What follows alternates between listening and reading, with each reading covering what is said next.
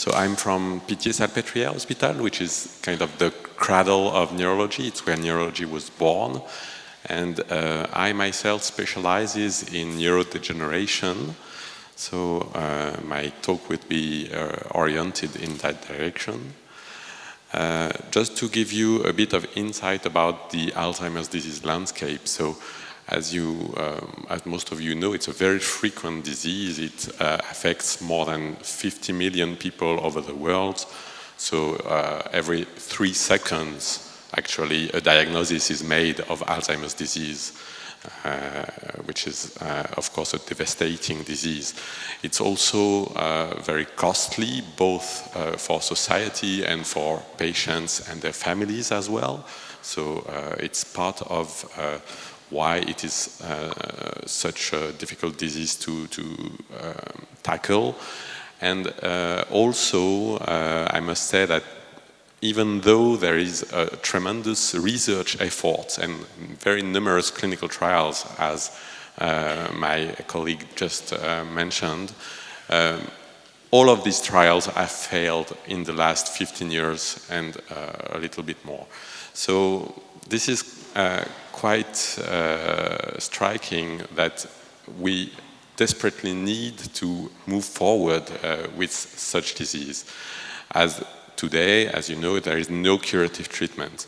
So there is a crucial need for precision medicine to help with diagnosis, prognosis, and also therapeutic in this field. And to do that, we need physiopathological and progression markers of Alzheimer's disease. And the field has really moved forward in this aspect of things, if not in therapeutics, because we now have the ways to image the brain both structurally and functionally, thanks to MRI and PET. And the molecular imaging of amyloid and tau is, in my view, a great improvement, not necessarily in clinical routine today, but for research.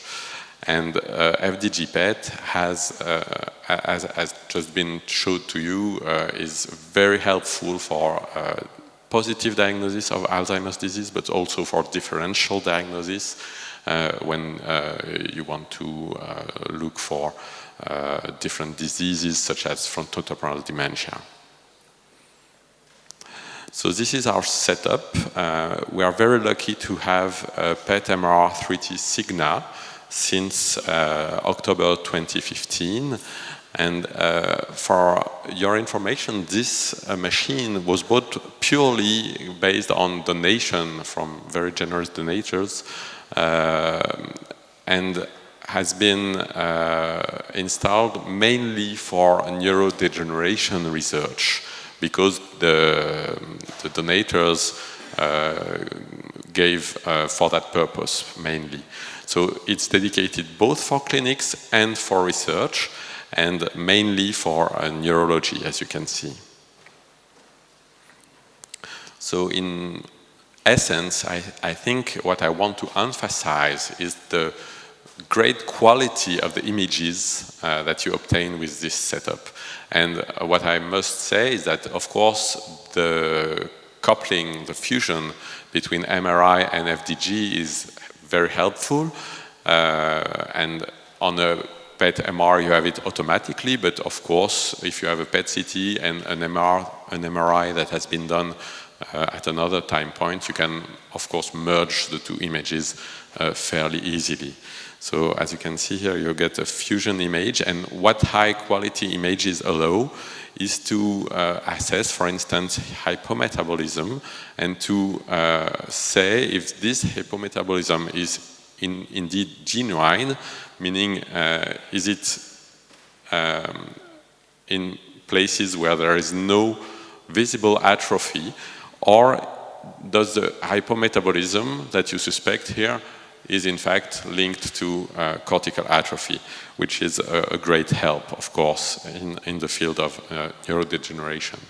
So to give you a few examples, we are a clinic specialized in young onset dementia. So here, for instance, we saw a 59-year-old man from Portugal who was a construction supervisor, had no specific medical history, no familial history either, and he experienced memory impairments in the last 5 years.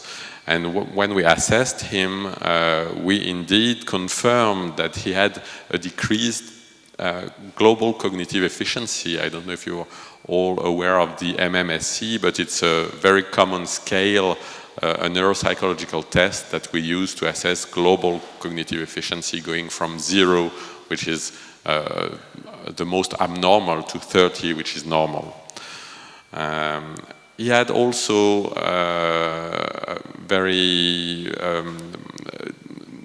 sizable memory impairments and working memory, attention disorders, dysexecutive syndromes.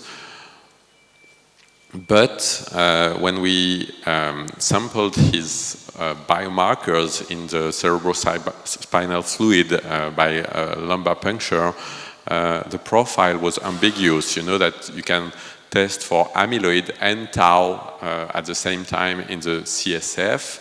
And when you get a decreased amyloid and increased tau, then you have a typical Alzheimer's disease profile. But when you have only one of the 3 markers that is abnormal, it's less clear and very difficult to conclude.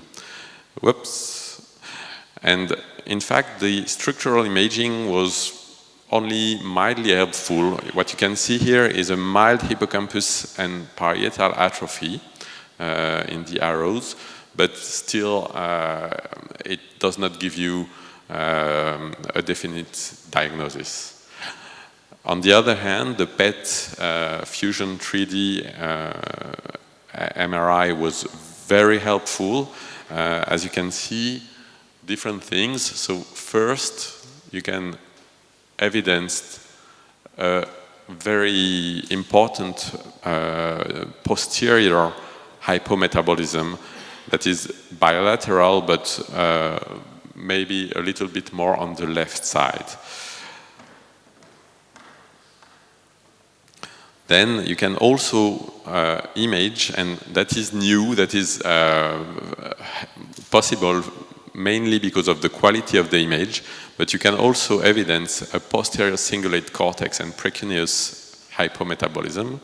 And finally, a more moderate hypometabolism of the right dorsolateral prefrontal cortex that you can see if you compare the 2 sides of the brain, the 2 hemispheres. And so what you can say for this, with a preserved metabolism of the hippocampus. What you can say is that you have a morphometabolic pattern that is typical of Alzheimer's disease, and this diagnosis was then possible for this patient, which is very important, not only because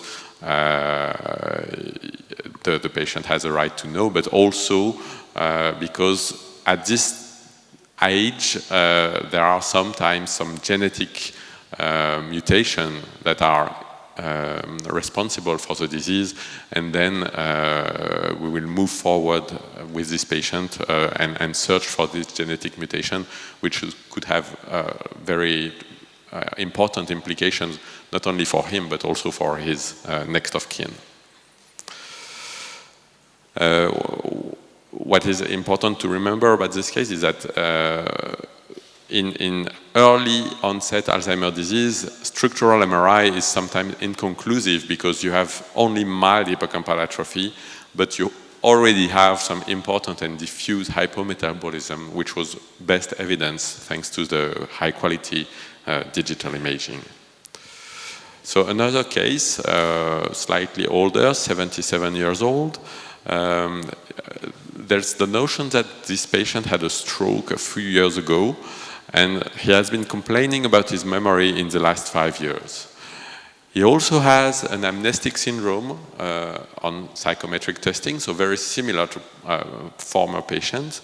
He has some semantic impairments, no visual spatial deficit. And here, the structural imaging is much clearer, so you can see some very important things like this stroke here, which is a sequela in the right hemisphere, prefrontal cortex. And you can also see some microbleed and asymmetric hippocampus atrophy, especially on the right side. But since this patient came to your clinic and told you that in the last 5 years he has experienced progressive amnestic problems, you want to go further and to know if there is an associated neurodegenerative disease or not. And then, to do that, you need the PET imaging, and once again, very resoluted images that you get here. And what you can see is that the posterior metabolism is perfect. There is absolutely no hypometabolism in the posterior part of the brain. You can only see hypometabolism here on the prefrontal, or on the right prefrontal side of the cortex. And in fact, this hypometabolism is due to deafferentation. So you get a pure vascular cognitive impairment with deafferentation of the right prefrontal cortex. And why is that important? Because it's a good prognosis. You can tell your patient and his family that probably he will not decline in the coming years, which is, of course, a good news, providing you treat neurovascular risk factors. And so you get two sides of memory impairment. Here, a pure vascular-related cortical hypometabolism. And here you get a diffuse cortical hypometabolism that is due to Alzheimer's disease, as you can see here in the posterior part of the brain, distant from the vascular lesions that are also milder. And a last case that are particularly and once again, a very young patient, 54 years old. And at these ages, you really want to have the right diagnosis, because in some cases, in fact, for instance, if it's a limbic encephalitis, then you have some treatments to propose to the patient. So you really need to go all the way to find the treatment, and also to be able to give some information about the prognosis for these patients. And for this person, the memory impairment installed after a delirium, so slightly different from the two former cases. But the delirium cause was unknown because the patient had no informant when he came to the clinic. This guy had overall preserved cognitive efficiency with an MMSE of 27, but he had severe amnesia with numerous intrusions. Intrusions are words that are not part of a list of words that you have to learn and that are erroneously provided by the patients. He had also disorientation and dysexecutive syndrome. And once again, biomarkers were inconclusive. So hard to know if it's Alzheimer's disease patient that had a confusion due to any disorder, or if it's another disease. And MRI, at first glance, did not give the solution. The only thing that we can say is that the hippocampi seem really normal, and there is no specific pattern of atrophy.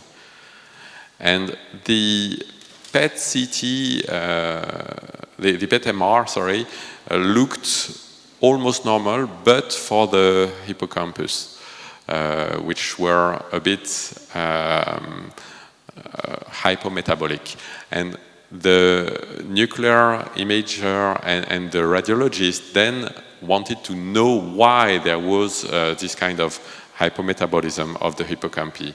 And they went further in their analysis of the images. And I don't know if you can see a difference here between our patient and a normal control that is on the right-hand side of the